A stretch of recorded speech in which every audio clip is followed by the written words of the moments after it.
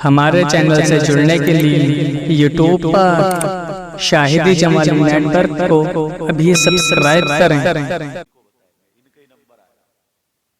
दूसरे सोचे ना ये जो बैठे ना ये बड़ी हदीसें याद करते हैं, बयान भी करते हैं, दिन और रात नबी के पीछे लगे रहते हैं, बड़ा इल्म है इनको। इल्म वाले की तो बात अलग, इन्हीं का नंबर आएगा। किसी ने सोचा नहीं वो जो जवान बैठे ना ये दिन में जंगे भी लड़ते हैं, फिर नबी की खिदमत भी करते हैं, माँ बाप सब इनके नबी के नाम पर कुर्बान, इनका नंबर आएगा। अपने अपने लोग समझते हैं कि ये परहेजगार है गांव में कि यार ये बड़ा नमाजी है, बड़ा सहाबा कि इनका नंबर आएगा। मगर जरा तवज्जो तो देखो यार, मेरे नबी ने इधर देखा इधर देखा इधर देखा, लोग सोच रहे थे देखो इनमें से किसका जिक्र करे। आमना के लाल ने उन सबको देखने के बाद थोड़ी देर आंखों को बंद किया, बंद करने के बाद आंखें खोली और फरमाया मस्जिद के दरवाजे को देखो, जो आ रहा है दीदार कर लो, जन्नती का दीदार हो गया। हजरत जब आते हुए देखा, लोग बोले कौन इतने बड़े मुफ्ती साहब आ रहे हैं, कौन इतने बड़े नमाजी आ रहे हैं, यहाँ तो सब है। जब देखा पीछे पलट के ना तो यार एक बुजुर्ग आ रहे थे, चचा मियां, बिल्कुल सीधे साधे भोले भाले, कपड़े भी सुखड़े हुए और उनकी दाढ़ी पानी में ऐसी तरती जैसे अभी वुजू बना के आ रहा है। कोई शान गुमान भी नहीं उनके बारे में। लोगों ने देखा ये तो इतने बड़े जंग करने वाले भी नहीं है, रात रात मस्जिद में भी रहने वाले नहीं है, नबी की इतनी खिदमत पीछे लगे रहने वाले भी नहीं, इनका नंबर कैसे आ गया? इनके अंदर कौन सी ऐसी क्वालिटी है? अब फैसला कर लिया, चलो आका ने फरमा दिया तो फरमा दिया, कोई ना कोई तो बात होगी। आका इतने इतने बड़े परहेजगार, नमाजी, हाजी, कुरान हाफिज, अल्लामा, मुफ्ती कह लो मैं अपनी जबान में, इतने इतने बड़े मुत्तकी परहेजगार वो सब यहाँ है। इनका नंबर आया, जरूर इनके पास कोई अमल है जिससे अल्लाह और रसूल राजी है। कौन सी ऐसी क्वालिटी है इनके अंदर? चलो, और उन्हें इतने सीधे ना, उन्हें कुछ भी पता नहीं है, सलाम करा, नबी के हाथ को बोसा दिया और बैठ गए एक तरफ। अब सहाबा रश कर रहे, कह रहे हैं यार इनका नंबर आ गया, नबी ने तो इन्हें दुनिया ही में जन्नती कह दिया, अब कौन माई का लाल रोक सकता है? इनका नंबर आ गया। और अगर तुम में से किसी का आ जाता या किसी पीर का ना, तो वो नमाजें पढ़ता। एक तो वैसे ही तो गुंडे बने पड़े हैं, बगैर किसी बशारत के ही नमाज नहीं पढ़ रहा, टांगे फैला दी, औरतें हाथ पांव दबा रही, ये पीर है। इतना मारा जाएगा इस पीर को, सबसे पहले इन्हीं को रफ्तार रफ्तार मारा जाता ही बताया, जिनके जो शरीयत के खिलाफ। यार हजरत अबू बकर सिद्दीक को कह दिया था नबी ने कि तुम जन्नती हो, वो तो इतना मोटा तकिया लगा के बैठ जाते। अब कौन कौन किसका बाप रोक पाएगा जब नबी ने कह दिया तो? मगर उसके बाद भी कभी कोई नमाज छूटी, कभी शरीयत के खिलाफ कदम उठा, और तुम 2 महीने मजार पे रह लो तो गौसे पाक से भी आगे बढ़ गए तुम। सोचने की बात है यार। मगर सोचने लगे पता नहीं इनके अंदर कौन सी ऐसी क्वालिटी है, बैठ गए। बैठे, चचा मियां नाम, खैर महफिल बर्खास्त हो गई। दूसरा दिन फिर नंबर आया तो साहबा ने मशवरा किया, आज भी नबी से जन्नत लूटेंगे, मौका है ना, नबी जो कह दे कह दे। आका ने बयान फरमाया, साहबा ने किया आका जन्नती का दीदार करा दे। नबी मुस्कुराए, बोले फिर दीदार करना चाहते हो? आज तो सोचा पक्का इनका आएगा या इनका आएगा या इनका आएगा। आज देखो कौन सा पहलवान मैदान में निकल के आता है, कौन सा मुत्तकी परहेजगार निकल के आता है। मेरे नबी ने सब पे नजर मारी, नजर मारने के बाद आंखों को बंद किया, खोली, फिर कहा मस्जिद के दरवाजे को देखो, जो आ रहा है देख लेना जन्नती है। जल्दी से पलट के देखा आज कौन है। अरे जब देखा तो कल वाले चचा मियां आज फिर आ रहे हैं। कल वाले कुछ तुम होते तो ना कहते यार इन चचा मियां की फ्री में लग गई। 2 मरतबा नंबर। साहब बोले या अल्लाह चचा मियां तो बड़े गहरे निकले।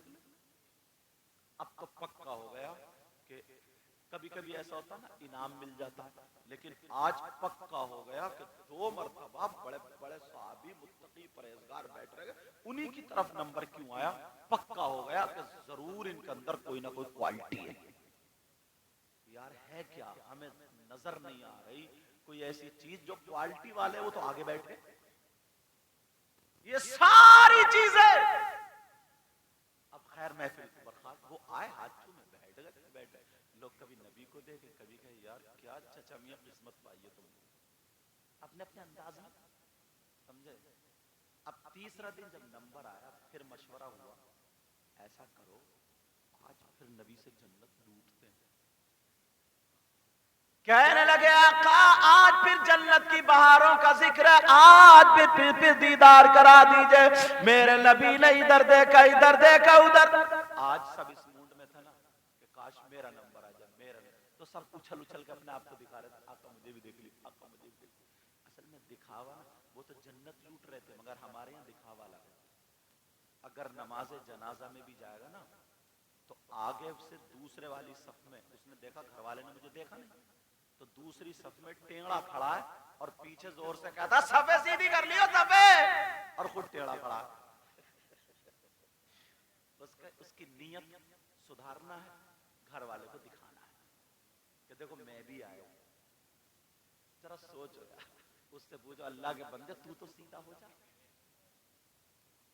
और हालात इतने बुरे हैं हजरत, नमाज जनाजा होती है तो नमाज जनाजा हो रही है, 10-20 उधर खड़े रहेगा, 10-20 इधर खड़े रहेगा, और 40-50 साल के लोग भी, 30 साल। तुम कैसे लोग हो यार? एक ही नमाज जनाजा, मुसलमानों खेत जोत ले तो, सारे काम कर ले तो, नमाज जनाजा तक याद नहीं है। और चौराहे पे इतना बड़ा मुफ्ती बनेगा, इतना बड़ा, समझे। अब नापता फिर रहा कि गौसे पाक बड़े या मदार पाक बड़े, इतना बड़ा मुफ्ती बनेगा। जरा सोचो, ये जो इधर आकर रह गए, क्या ये मुसलमान नहीं थे? खाली गोश्त खाने के मुसलमान। कारी वसीम, अच्छा नाम नहीं लूंगा, इसमें कैच हो जाता है। कारी साहब के वालिद साहब का इंतकाल हुआ, वो मुझसे मोहब्बत करते थे।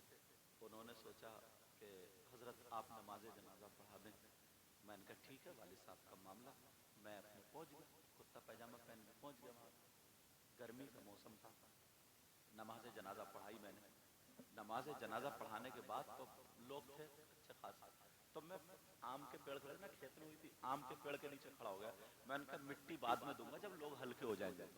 तो कुछ लोग मिट्टी देने लगे, जब हल्के हुए तो मैंने थोड़ी आस्तीन चढ़ाई, मैं भी चल दिया मिट्टी देने। एक साहब मेरे आगे आगे चले मिट्टी देने के लिए, उनके ठीक है, मैं भी अपनी नजरें नीचे करते हुए चला गया।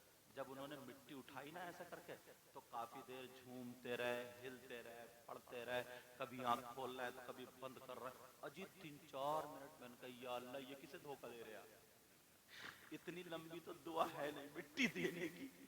मैंने कहा चल आज तेरी मिट्टी भी मैं ही दे दूंगा। समझो काफी देर हजरत कारी वसीम साहब काफी देर ऐसे हिलते रहे, ऐसे ऐसे ऐसे और मारी और ऐसे करके डाल दी। फिर उसने उठाई, फिर थोड़ी देर मैं भी खड़े ही रहा। मैंने कहा गर्म पसीने में तो नहा ही गए हूँ, मगर आज तुझे भी पसीने ही दिला दूंगा, खैर कोई बात नहीं। अब लोग समझ रहे हैं यार ये मिट्टी दी जा रही है, ये मिट्टी देने का तरीका लोग ये, और ये सबसे बड़ा जाहिल था, समझे। ये मिट्टी दे, अब काफी देर हिलता रहा, झूमता रहा, पड़ता रहा, आंखें बंद करता है, मुंह बिगाड़ता रहा, और फूंकी जैसे बड़ी कर रही हो, फूंकने वाला। अब मिट्टी देने की दुआ है कितनी सी, जब मिट्टी दे ली उसने, मैंने जब मिनहा खलकनाकुम व फीहा नुईदुकुम व मिनहा नुखरिजुकुम तारतन उखरा, इतनी देर लगती। और मैंने पकड़ में भाई सकता हूं, मैंने कहा मिट्टी देने की दुआ सुनाओ। बोले आप कौन हो?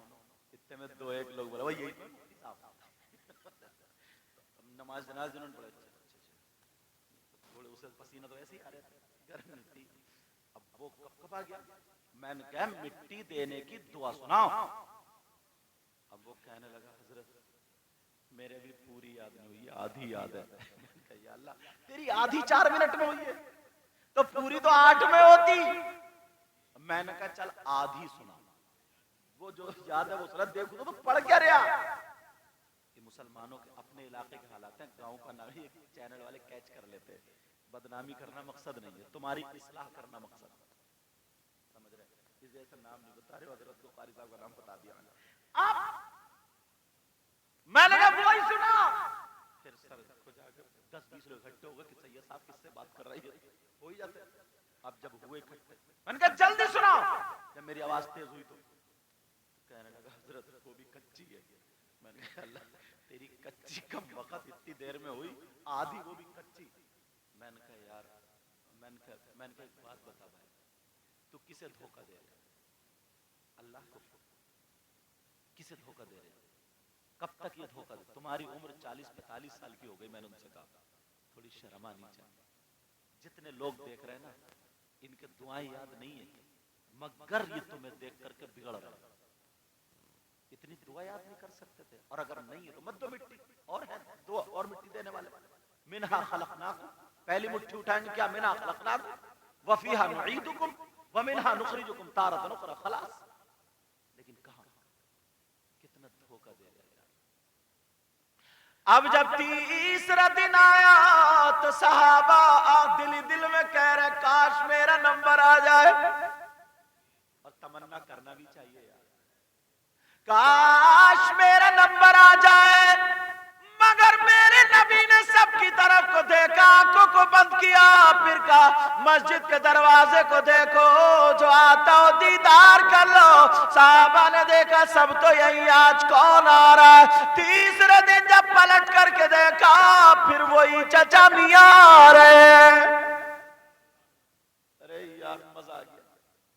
अल्लाह हम सबकी किस्मत ऐसी करे, खात्मा ईमान पर हो। चाचा मियां आ रहे, अब तो पक्का इनके अंदर कोई क्वालिटी नहीं। महफिल बर्खास्त। एक सहाबी जिनका नाम हजरत अब्दुल्ला इब्ने अमर इब्ने आस, वो सहाबी जवान थे। तो उन्होंने सोचा यार ये पूरी रात कुरान पढ़ने वाले, जिनको हमामतुल मस्जिद की फाख्ता कबूतर कहा जाता है, और जो जंग लड़ने वाले, इनका नंबर नहीं है, चचा का नंबर है। लग रहा है दम है ही नहीं, कोई बड़ी क्वालिटी है, चलो चचा से दोस्ती करते हैं, ढूंढते हैं क्या। वो पहुंच गए, महफिल खत्म होने बाद बोले अस्सलाम वालेकुम। और हमारे यहाँ इतने लालची है ना, अगर पता चल जाए ना उसका घर बिक रहा, घर, मोबाइल हटाओ वहां से, मोबाइल कहा, तवज्जो रखो मेरी तरफ। अब पता चल गया ना कि घर बिक रहा, तो पड़ोसी को भी पता होने नहीं देता, खाना अपने घर, कुल्ली उसके घर। और भाई क्या हो रहा, बच्चे कैसे हैं, कितना बड़ा लालची है। तो वैसे खैरियत नहीं पूछेगा। जमीन बिक रही है ना, पहले खरीद के तब बाद में उड़ाता, इतना बड़ा मतलबी। मगर वो नेकियों को तलाशते थे सहाबा। उनमें से जवान साहबी हजरत अब्दुल्ला इब्ने अमर इब्ने आस अल्लाह अल्लाह पहुंच गए। कहने लगे चचा मियां अस्सलामु अलैकुम। बोले वालेकुम अस्सलाम। बोले चचा मियां मैं आपके साथ रहना चाहता हूं। आपके साथ? बोले क्यों? बोले मेहमान बनकर रहूंगा। क्या करोगे बेटा, मैं गरीब आदमी हूं, तो मैं अच्छा खाने पीने नहीं। जब मैंने हदीस पढ़ी ना, फिर इस हदीस की तशरीह में मैं गया, मजा आया ना, मुझे अच्छी लगी, तो उसकी तशरीह में गया। मैंने कहा देखो चचा मियां करते क्या थे। जब उनकी डिटेल आई ना, तो मैंने कहा देखो मुहद्दिसीन ने क्या क्या लिखा है, अल्लामा ज़मख़शरी ने भी लिखा है। जब गए ना उधर, तो मैंने कहा देखो, तो उनका काम ये था, मदीने में जो लोग खजूर खाते तो गुठरी तो फेंक नहीं, गुठरी फेंक दी इधर इधर, तो उनके पास एक चमड़े का थैला था। वो चमड़े का थैला लेकर दिन भर घूमते रहते थे, खजूर की गुठरी बीनते थे। और खजूर की गुठरी बीनने के बाद 5 वक्त की नमाज पढ़ते थे। खजूर की गुठरी बीनने के बाद फिर एक जगह ना मैदान था, तो उसमें सुखाया करते थे, सुखा करके फिर बाजार में बेचते थे। लोग ईंधन की जगह, लकड़ी वगैरह जलाने की जगह उसको खरीदते थे, खजूरी गुठरियों को। उसकी आग ज्यादा देर चलती है, जैसे कोयले वगैरह खरीदते थे। तो अब वो खरीदते थे, तो जितने की वो बिकती थी उन सब का मदीने में वो खाना खरीदते थे। शाम को फिर 24 घंटे में सिर्फ एक ही टाइम खाना खाते थे वो चचा मियां। और शाम को जितनी भूख होती थी उससे 2 लुक़मे खाना खाते थे। जो बचता था वो सारे का सारा गरीबों में तकसीम कर दिया करते थे। मगर ये क्वालिटी नहीं थी, वो इससे ज्यादा क्वालिटी वाले तो और भी थे, ये काम तो और भी करते थे। वो चचा मियां कहने लगे बेटा क्या करोगे? अब्दुल्ला समझ गए कोई ना कोई रात को अमल पढ़ते चचा को पकड़ूंगा जरूर, है क्या अमल? अल्लाह जाने रसूलुल्लाह जाने, मगर चचा को पकड़ कर मारा, दिल से लग गई। बोले ठीक है, ये भी गुठरी बीनना शुरू कर दिया। जब शाम हो गई, खाना खा लिया का बेटा तुम्हारी चटाई वो है, मेरी चटाई है, सो जाओ, इंशाअल्लाह नमाज पढ़ लिया फजर में उठेंगे। अब्दुल्ला बोले हाँ चचा मियां मुझे बहला रहे हो। चचा मियां सो गए मगर अब्दुल्ला नहीं सोए। इस जुगाड़ में थे ना, कब उठ के पढ़ने लगे, क्या पढ़ने लगे, कौन सा अमल कर रहे हैं, कितने यार नेकियों। तुम लोग अच्छे, इन लोगों अच्छे लोगों के साथ में बैठते ना, जो कोई बुजुर्ग बूढ़ा ऐसा होता है ना जो गालियां बकता है, माँ बहन की गालियां बकता है, उसकी चिढ़ होती है, तो नौजवान उसी को छेड़ने जाता है। नमाजियों के पास बैठो, हाजियों के पास बैठो, अच्छे लोगों के पास बैठो, आलिमों से मोहब्बत करो, अपनी मत चलाओ वहां पे, इनकी सुनो ताकि इनकी वजह से रहमतें